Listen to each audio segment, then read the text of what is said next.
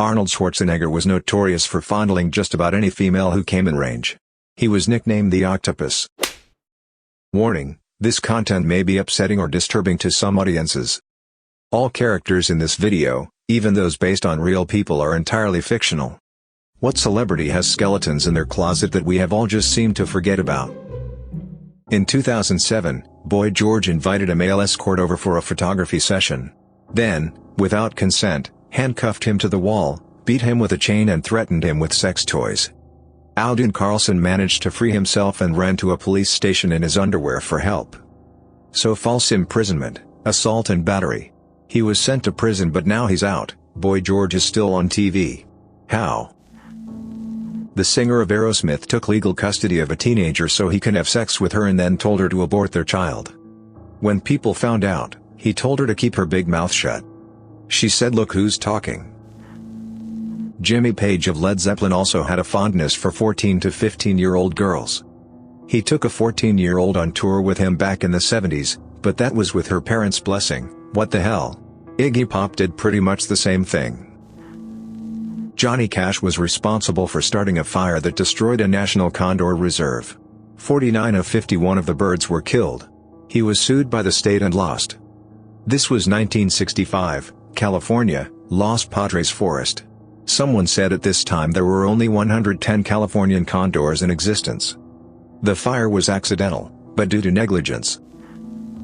Former NBA player Karl Malone impregnated a 13-year-old girl and refused to pay child support. A lot of people don't know truly how large of a butthole he is. Mark Wahlberg was a violent racist who badly assaulted multiple people, including a blind Vietnamese guy. People have mentioned a few Elvis things, but no one said anything about how he would meet up with the heads of his fan club, who were primarily underage girls, for slumber parties where he allegedly molested them. He also met his future wife Priscilla when she was 14 and he was 24. They began dating pretty much straight away, to the horror of her parents. They maintained they did not have sex till their wedding night, when she was 22. I'm 28 and can barely relate or talk to a 21-year-old, because I notice how startlingly young they are. I have friendships with 23-year-olds, not many, literally like 2. But I really could not imagine dating anyone under 24 at this point, simply due to the mental and emotional immaturity and the lack of life experience and understanding that can only come with age. I understand many people 20 plus do find happy relationships with people older than them. I'm not doubting that. I'm doubting that Elvis ever had anything in common with Priscilla, and that he wasn't constantly reminded of what a child she still was just by talking to her. Him pursuing her in spite of all that is foul. Terrence Howard, of Iron Man 1 and Empire fame, I guess Hustle and Flow, too? Does anyone remember that film? Is clinically psychotic. He and his wife spend up to 17 hours a day twisting wire and cut pieces of plastic together in their living room in order to prove that 1 by 1 equals 2 because reasons. Also enjoys a good wife slap-in. R. Kelly, married a 15-year-old, made a P-sex tape with a 14-year-old and has had numerous underage girls accused him of rape. John McAfee is suspected of ordering a hit on his neighbor in Belize. He also set in motion the crime against humanity that is McAfee Antivirus, though he does claim no attachment to it. McAfee is a Class A nut. His father was an abusive alcoholic who committed suicide when John was 15, and that incident left John with a deeply paranoid and damaged psyche. In the mid-60s, when he was a college student, he ran a scam involving fake magazine subscriptions where he went door to door telling people they won a free year subscription to a magazine, and only had to pay the shipping fees. He would spend the money he bilked from people on booze and tuition for a PhD before he got kicked out of school in 1968, for having sex with an undergrad from a class he taught. He made fake resumes to help him get jobs like at Missouri Pacific Railroad, where he would optimize train schedules while tripping balls on LSD, until he abruptly quit after a bad drug trip. Then he moved to Silicon Valley in the 70s and worked various jobs, all while strung out on booze, coke, Quaaludes, and anything else he could put in his system. And this was all before founding the McAfee Company in 1987. Salman Khan is still enjoying his career even after running his car over 3 pedestrians. The director of the Jeepers Creepers franchise, Victor Slava, is a convicted child molester who filmed his assault of a child. Not to forget that Disney hired him to direct Powder right after he completed his parole for molesting the child star of his first film and for possessing child pornography. A naked 16-year-old girl added on quaaludes and cocaine at the Eagles' Don Henley's house. She wasn't his daughter. He had an affair with Stevie Nicks and she immediately got pregnant. He insisted on an abortion and she was devastated. Rob Lowe made a sex tape with a 16-year-old girl. However, Rob Lowe seemed like the one who was most sincerely apologetic for his actions. He went through great lengths to repair both himself as a person, he was an alcoholic and likely substance abuser, and his public image. You never really hear people badmouth Rob Lowe outside of the sex tape, and by every account I've read of people claiming to have met him, he seems like a good dude. Oh, and the girl he had sex with was legal age within the jurisdiction the tape was recorded. Rob Lowe was only 24 at the time, and he even volunteered himself for a legal binding community service despite the likelihood that none of the charges would have stuck regardless. That's probably why it's not as big of a deal as it could have been. CJ Demoe. For those who aren't familiar, in the UK there is a TV quiz contest called Eggheads in which a team of quizzers from the general public are pitched against the finest quiz brains in the ultimate team. Demoe was one of this team.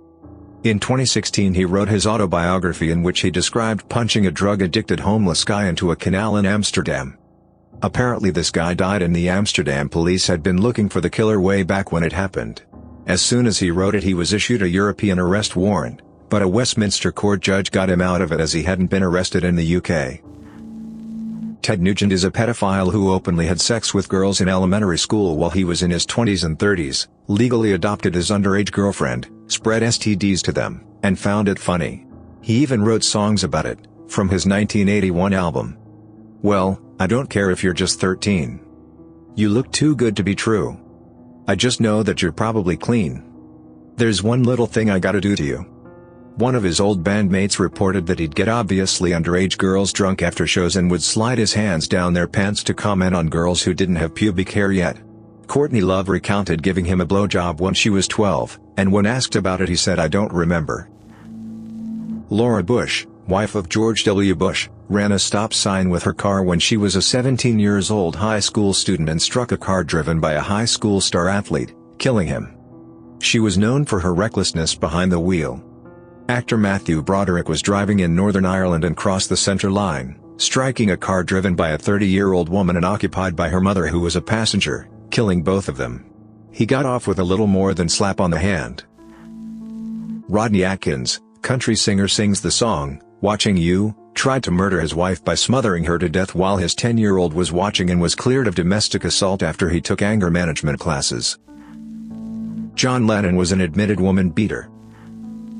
The principal from Ferris Bueller's Day Off, Jeffrey Jones, was busted for having child porn and for soliciting teens for child porn photo shoots. He is currently a registered sex offender. It was allegedly associated with Paul Rubens, but they did not find any child porn in his porn stash. Rivers Cuomo, the lead singer of Weezer, has a lot of rumors surrounding him and his love of underage girls. I'm surprised Bryan Singer isn't mentioned considering he is a pedo party mansion and has been accused of misconduct. He's still pumping out material because I guess that's okay in Hollywood. Roman Polanski invited a 13-year-old girl to Jack Nicholson's house for a photo shoot and gave her alcohol and drugs. Then raped her anally. Then fled the US. Up to this day he hasn't returned. Eric Clapton wrote Layla, mainly about wanting to F George Harrison's wife. He later went on to write Wonderful Tonight, about George Harrison's now ex-wife, who was now Clapton's wife. Also, at the same time, somewhere between 1970 to 72, that Eric Clapton was thinking about having sex with George Harrison's wife, George Harrison was having sex with Ringo Starr's wife. Yikes. I had almost forgot to mention Clapton's racist rant about keeping Britain white at a concert in 1976. I believe someone linked it in one of the responses. And for those who included letting his 4-year-old son fall out of his window, which is what he wrote Tears in Heaven about, I thought about that but then did a bit of research, and I don't think Clapton was actually there when that happened, and his son was under the supervision of his wife's friends. Caitlyn Jenner. As Bruce Jenner killed a lady by driving dangerously, using a phone, speeding, whilst towing and crashing his huge SUV into this lady's car. Changed gender and didn't even get in trouble for it. Everyone says she's so brave, but really deserves 10+ years in jail for manslaughter. Arnold Schwarzenegger was notorious for fondling just about any female who came in range. He was nicknamed the Octopus. When a female reporter complained and outed him in an article, He had his agency retaliate against her by refusing to let any of their stars interview with her. Problematic for an entertainment journalist. Sean Penn beat up Madonna when he was married to her. Here's an excerpt from an article on the subject. After he got good and drunk, again, Penn climbed into Madonna's house, where she was alone. He then grabbed her, tied her to a chair, and assaulted her for hours, both physically and emotionally. He then went out for more booze, came back, and kept up the beating. Madonna only escaped after telling Penn that she had to go to the bathroom, which meant he had no problem battering, beating, bloodying, and bruising the supposed love of his life, but felt it would have been too degrading to make her pee in front of him. In 1992, Tupac was attacked by a mob of people threatening him because he had earlier said something negative about Marin City. It began to get violent, so he pulled a pistol. He was then punched, causing him to drop the pistol. Someone then picked it up and fired above the crowd to scare them away. The bullet hit a small kid, riding his bike nearby, killing him. The gun was proven to belong to Tupac, but it was never proven if he was the one who fired it. Tom Hanks once signed an email with, "Regards," rather than, "Best regards." Thanks for listening to another episode of Radio TTS. Hit the subscribe button and activate the bell for more real-life stories. And remember, celebrity worship is the religion of our times. Let me know more examples in the comments below.